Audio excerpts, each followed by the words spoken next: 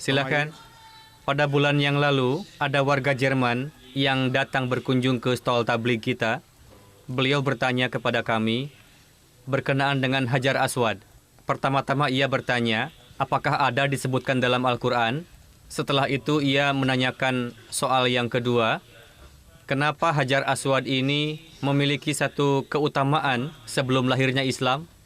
Bahkan setelah lahirnya Islam pun, Hajar Aswad masih memiliki keutamaan, umat muslim menciumnya. Lalu kami menjelaskan kepada beliau sesuai dengan apa yang kami ketahui dari mutalaah.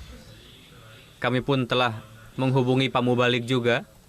Namun di jemaat kami berkenaan dengan Hajar Aswad ini pernah terjadi diskusi juga.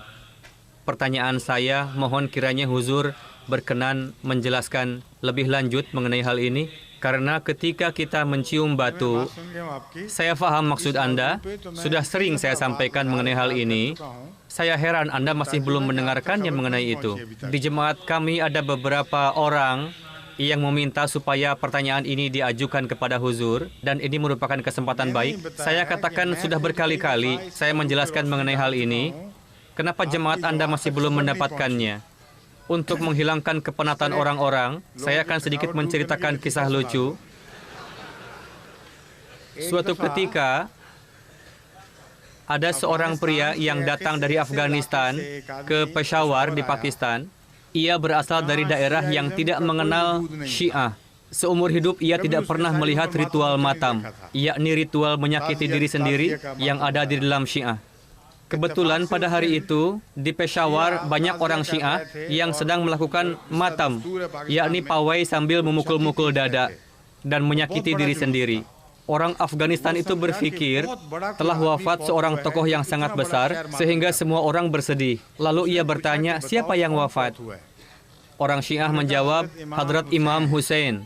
Ia heran mengatakan, oh ya? Kalian baru mengetahui kabar kewafatan beliau? Padahal sudah 13 abad yang lalu. Kalian baru tahu hari ini. Maksudnya kejadiannya sudah lama, namun seseorang tidak mendapatkan kabar akan kejadian itu. Sekarang saya secara singkat akan menjelaskan.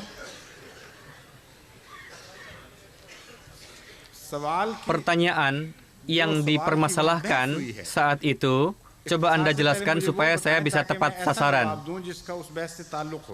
Karena secara gamblang telah saya jelaskan hal ini, Huzur orang Jerman itu bersikeras meminta kepada kami supaya dapat memperlihatkan rujukannya dari Al-Quran, jika ada. Memang mengenai Hajar Aswad tidak ada disebutkan di dalam Al-Quran. Diskusi yang terjadi di antara kami adalah disebabkan karena mencium batu. Kata dia, terkadang orang-orang Gair Ahmadi memberikan kesan seperti orang-orang Hindu yang menyembah batu. Hal ini diketahui dengan baik oleh orang-orang. Para ulama pun telah menyampaikan pendapatnya.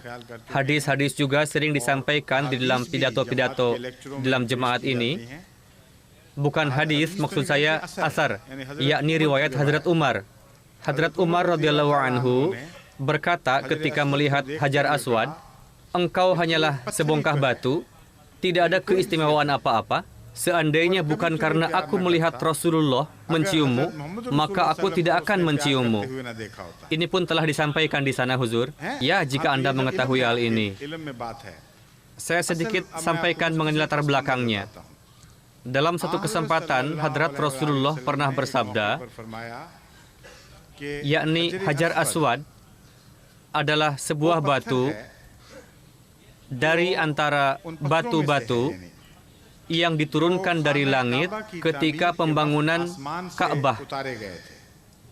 Sebelumnya, ia berwarna putih, namun ketika memasuki horizon bumi, disebabkan oleh dosa-dosa bumi, warnanya menjadi hitam. Di dalamnya dijelaskan hikmat yang begitu dalam, yakni lebih dari satu hikmah. Pertama-tama diketahui bahwa ketika terjadi pembangunan Ka'bah yang pertama kali, yang dilakukan oleh hamba Allah Ta'ala, Hadrat Adam atau siapapun, pada saat itu Allah Ta'ala untuk menjalinkan hubungan zahir dengan langit, menurunkan hujan meteor. pecahan-pecahan meteor yang berjatuhan ke bumi, yakni potongan-potongan batu, berjatuhan ke bumi tanpa sepenuhnya terbakar. Jika potongan batu itu berwarna putih, ketika memasuki atmosfer, disebabkan friksi menjadi terbakar, sehingga nampak seperti bara api, lalu menjadi hitam. Tabir yang disingkapkan oleh Rasulullah dari topik ini, yang dapat kita ketahui adalah bahwa Allah Ta'ala telah memutuskan bahwa rumah pertama yang dibangun untuk beribadah tidak menggunakan batu dari bumi, melainkan turun dari angkasa. Ketika memasuki atmosfer, menjadi terbakar, lalu berubah warna. Dan pondasi Ka'bah dibangun dari batu-batu itu. Ketika Hadrat Ibrahim alaihissalam melakukan pencarian Ka'bah, Ka'bah sudah hilang dari permukaan bumi, dan dengan susah payah beliau mencari di antara reruntuhan-reruntuhan, di mana ditemukan satu dinding dan selebihnya sudah roboh. Kesan yang saya dapatkan berkenaan dengan Hajar Aswad, bahwa Hajar Aswad merupakan tabarruk dari itu. Dan karena ini mengingatkan kepada peristiwa yang pertama, dan murni Allah Ta'ala telah mengirimkan batu tersebut untuk membangun rumahnya, sebagai bentuk kecintaan akan hal itu, Rasulullah mencium batu tersebut, bukan dalam corak memuja, na'udzubillah. Dan tradisi itulah yang terus berlangsung. Inilah poin yang ingin saya sampaikan, dan sebelumnya telah sering saya jelaskan. Ya, hal tersebut pernah disampaikan di dalam jemaat juga. Namun hal yang dia permasalahkan adalah, ia menyampaikan keberatan bahwa kenapa umat muslim sampai menciumnya. Berkenaan dengan mencium, manusia terkadang mencium foto, mencium pakaian orang yang dicintai, dan itu bukan syirik. Lantas jika kita mencium batu yang diturunkan Allah Ta'ala, bagaimana bisa dikatakan syirik? Itu semata-mata hanya penzahiran kecintaan. Jazakallah. Assalamualaikum. Assalamualaikum warahmatullah. Huzur, di sini di Jerman banyak sekali yang menanyakan kenapa diharamkan memakan babi. Mereka berdalih bahwa babi juga ciptaan Tuhan kan? Lantas kenapa Islam melarangnya? Apa dalil aklinya? Coba perhatikan, bakteri yang ada di dalam kotoran pun merupakan ciptaan Tuhan kan? Apakah bakteri buatan setan? Dia meminta dalil akal, kenapa kita tidak memakan babi? Dalil akal kan tadi sudah saya berikan. Yakni kalau begitu, makan saja semua ciptaan Tuhan. Orang Jerman ciptaan Tuhan kan? Apakah Anda akan memakan mereka? Dalam acara soal jawab hari ini, telah saya jawab juga tadi.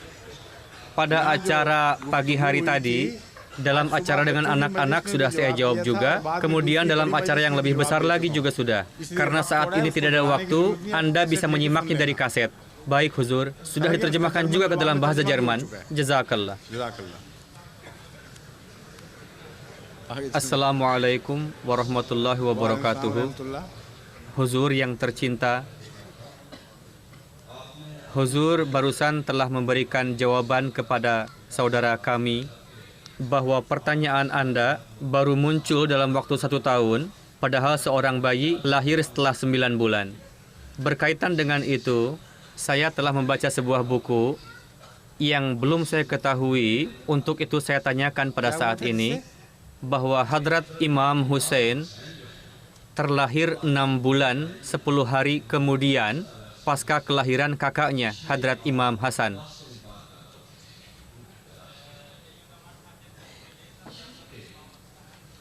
Karena Huzur dan saudara-saudara yang lain juga pasti mengetahui, yakni ketika anak pertama terlahir dari seorang ibu, masa iddahnya atau masa menunggunya sekurang-kurangnya adalah 40 hari.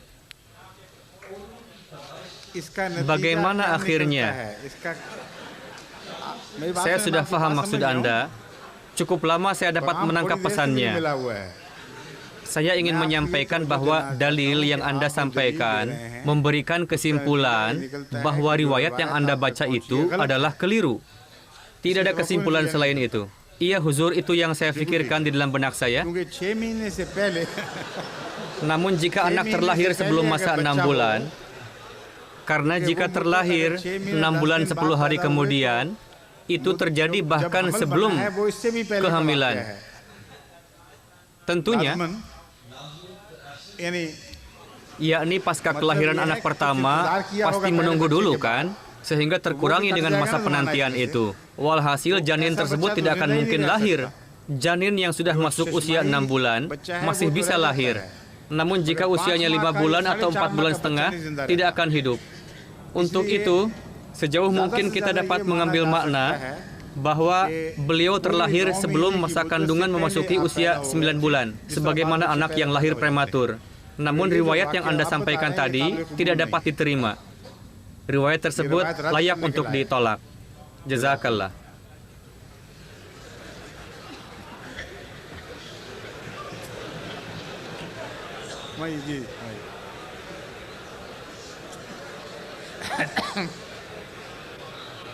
Huzur, ketika berlangsung salat jenazah, saya sering menot atau memperhatikan bahwa jumlah saf hendaknya ganjil. Mencatatnya tidak dibukukan. Ya Huzur, saya perhatikan. Apakah ada latar belakang atau alasan dari sudut pandang Islami? Namun jika ada seorang tokoh besar yang wafat, orang yang hadir untuk salat jenazah pun akan sangat banyak sekali. Sehingga kadang bilangan ganjil tadi kurang diperhatikan. Berdasarkan pengetahuan saya yang saya amati, jika jumlahnya sangat banyak, kurang diperhatikan. Ketika berlangsung salat jenazah untuk khalifah yang ketiga, saya tidak melihat adanya hal tersebut. Saya lihat, Huzur melihatnya, namun saya tidak saat itu. Tidak mesti Anda harus tahu kan? Sekian banyak salat jenazah yang dilakukan di Raboh maupun Kadian, jumlah saf-saf tadi pasti diperhatikan. Bahkan terkadang kita harus menunggu sebelum ada kabar dari belakang. Yakni sebelum saf berjumlah ganjil, biasanya salat jenazah belum dimulai. Untuk itu, sebagian saudara kita yang ada di sisi lain, tidak mesti mereka akan mengetahui semua itu, sehingga Anda tidak mengetahuinya. Hal tersebut selalu diperhatikan. Berkenaan dengan pertanyaan, kenapa jumlah safnya harus ganjil? Karena Rasulullah telah menasihatkan, buatlah jumlah saf yang ganjil. Dalam kesempatan lain, beliau pernah bersabda bahwa Allah Ta'ala sendiri ganjil dan lebih menyukai bilangan ganjil. Apakah Anda memperhatikan ketika kita berwudu? Anda memperhatikan salat jenazah, kenapa wudu tidak? Hitungannya 3 kali kan? 3 kali berkumur, 3 kali membersihkan telinga, 1 kali mengusap, 1 kali mengusap kaki. Bisa 1 atau 3 jumlahnya. Dari itu kita dapat mengetahui bahwa hadrat Rasulullah memperhatikan bilangan ganjil. Lalu Anda juga tidak memperhatikan bahwa ketika salat wajib yang 5 waktu dengan salat maghrib jumlahnya menjadi ganjil. Seluruh salat yang bukan wajib dalam setiap hari jumlahnya menjadi ganjil karena witir. Anda paham poinnya? 5 salat pun adalah ganjil kan? Dari sisi itu, topik ganjil itu begitu banyak kita jumpai. Jadi jika hal itu nampak dalam salat jenazah, bukan hal yang mengherankan lagi.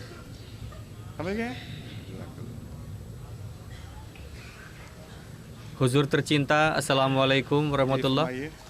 Jika dalam salat ketika sujud, seperti yang telah Huzur sampaikan di dalam khutbah Jum'ah, seseorang bisa larut dalam puji sanjungan kepada Allah Ta'ala, misalnya dari sudut pandang saintifik, terkadang pikiran saya beralih ke arah itu. Apa? Dari sisi saintifik, terkadang ketika salat, pikiran kita tertuju kepada semesta alam. Apakah itu berpengaruh kepada salat kita? Tergantung keluarnya mengarah kemana.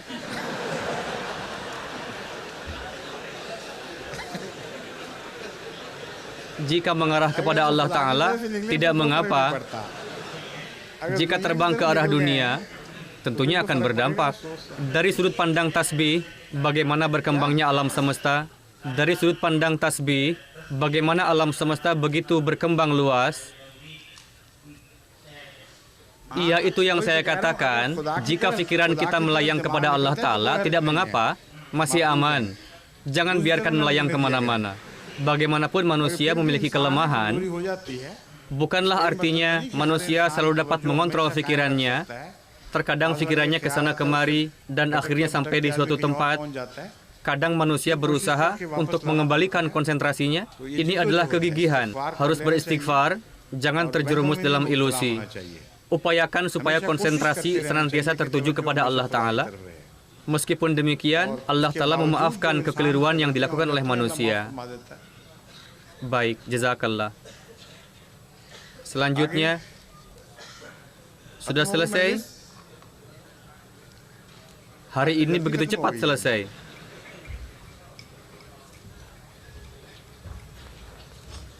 Ini keluar dari mana? Kembali lagi? Oke, silakan bertanya. Huzur, jika ada penduduk lokal Jerman datang ke toko kita, lalu meminta lagu atau musik Pakistani kepada kita, bolehkah kita memberikannya?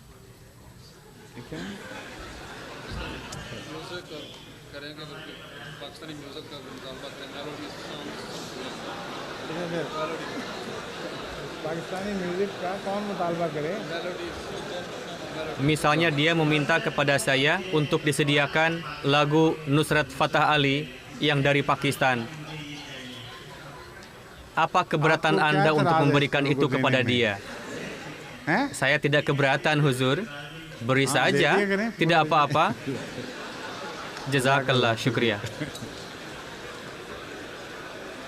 Oke, kita akan cukupkan acara soal jawab untuk hari ini. Karena sudah cukup lama, bagaimanapun saya merasakan suatu kenikmatan dapat duduk satu majelis dengan Anda semua. Jika lebih lama akan lebih baik tentunya. Namun karena acara tabligh tadi berlangsung cukup lama, untuk itu jika terpaksa Anda harus menunggu, itu merupakan ajang untuk mendapatkan pahala bagi Anda. Karena tadi telah dilangsungkan acara tabligh dengan tamu dari berbagai negara. Untuk itu, jikapun Anda menderita karena menunggu cukup lama, Anda harus merasa yakin bahwa Allah Ta'ala akan membalas kesusahan itu dengan ganjaran. Karena saya tadi tengah sibuk untuk urusan Allah Ta'ala, sehingga membuat Anda menunggu.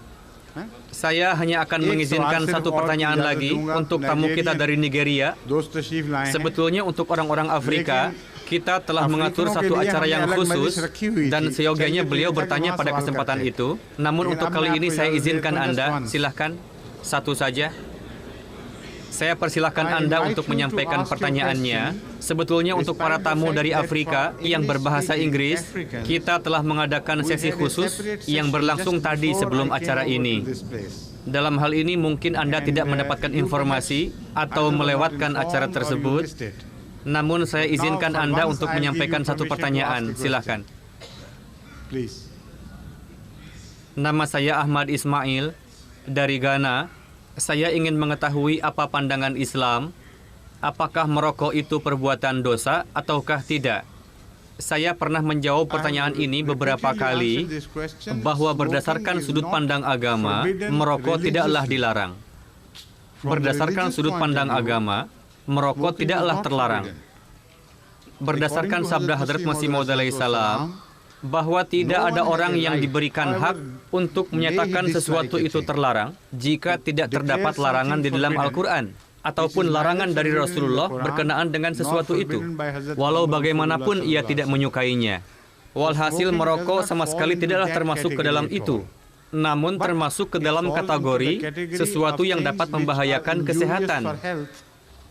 Jadi akal sehat hendaknya digunakan dan hendaknya menjauhkan diri dari segala sesuatu yang dapat membahayakan. Adapun orang yang sudah kecanduan dan tidak dapat meninggalkan rokok sepenuhnya, Anda tidak dapat mengatakan bahwa mereka pendosa dalam pandangan Allah. Mereka semata-mata hanya membahayakan diri mereka sendiri. Oke? Saya mengetahui latar belakang dari pertanyaan Anda. Yang saya ketahui, di negeri-negeri Afrika, banyak orang yang merokok dan juga minum minuman keras. Dan bagaimanapun keduanya saling berkaitan dan juga melakukan keburukan lainnya. Untuk menghentikan perbuatan ini, para mubalik kita di masa awal terlalu menekankan bahwa merokok dilarang. Karena sepengetahuan mereka, jika diizinkan untuk merokok, maka akan ada kemungkinan melakukan keburukan lainnya. Namun yang perlu diingat, bahwa berdasarkan sudut pandang agama, merokok tidaklah terlarang. Namun perlu dicegah dari melakukan itu, karena itu merupakan kebiasaan buruk. Oke, terima kasih banyak. Saya rasa tidak semua orang di sini dapat memahami bahasa Inggris. Mungkin faham seperti pahamnya Haji Nazir.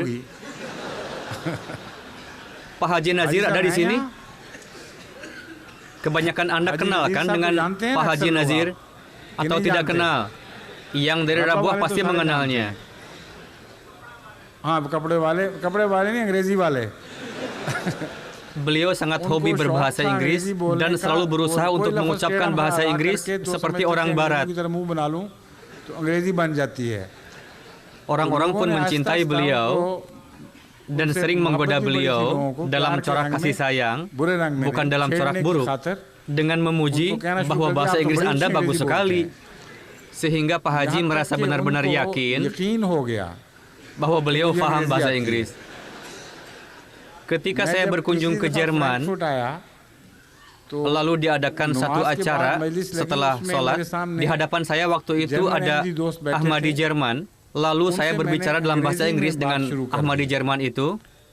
Banyak Ahmadi yang hadir pada saat itu tidak memahaminya. Lalu pandangan saya tertuju kepada Pak Haji. Saya bertanya, Pak Haji, Anda pasti paham kan? Beliau menjawab, saya tidak paham bahasa Jerman, Huzur. Assalamualaikum.